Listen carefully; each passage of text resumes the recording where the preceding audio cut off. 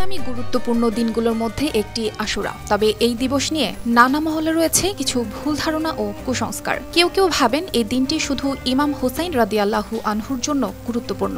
বহু ঘটনার সাক্ষী দিবসটি মুসলিম উম্মাহর কাছে খুবই মর্যাদাপূর্ণ। তবে ইমাম হুসাইন রাদিয়াল্লাহু আনহু এর শাহাদাতের কারণে এটা অধিক গুরুত্ববহ হয়ে গেছে।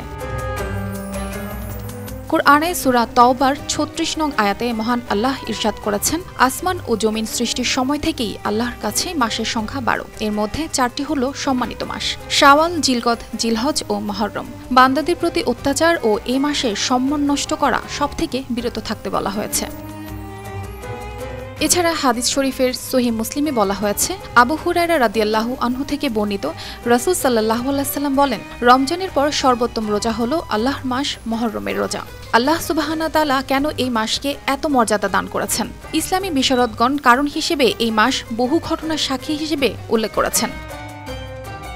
এবার বলছি মুহররমের ১০ম দিনে সংঘটিত ঐতিহাসিক কিছু ঘটনা বলি, যার জন্য এ মাসকে গুরুত্বপূর্ণ হিসেবে আখ্যা দেওয়া হয়েছে। এই দিনে আকাশ, জমিন, পাহাড়, পর্বত সবকিছুর সৃষ্টি করা হয়েছে।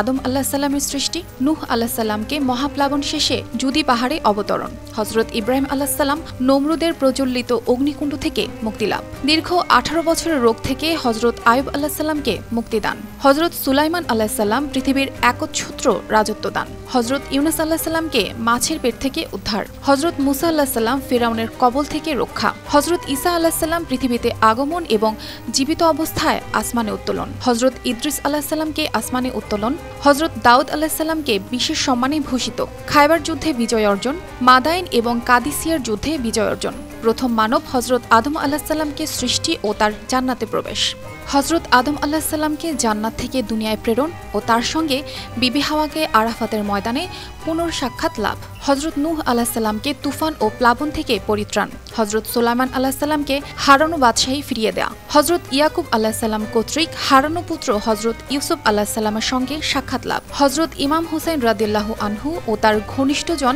ইয়াজিদের সৈন্য কর্তৃক কারবালা প্রান্তরে নির্মমভাবে শাহাদাত বরণ। জাহিলি যুগেও আরবরা এই মাসকে বিশেষ মর্যাদা চোখে দেখত। এই মাসে আরবরা কোনো ধরনের যুদ্ধ বিগ্রহ করত না। তারা এ মাসে রক্তপাত থেকে বিরত থাকত। ইসলামী শরীয়তের বিধান অনুযায়ী মুহররমের ২টি রোজা ফরজ রোজাগুলোর পর আল্লাহর কাছে প্রিয় হিসেবে অন্তর্ভুক্ত। তবে মুহররমের একটি রোজা রাখা মাকরুহে তানজিহি। কমপক্ষে ২টি রোজা রাখতে হবে, ৯ ও ১০ তারিখ কিংবা ১০ ও ১১ তারিখ। তবে ৯ ও ১০ তারিখে রোজা রাখাটাই উত্তম হিসেবে হাদিসে বর্ণনা করা হয়েছে। অর্পিতা জাহান, RTV।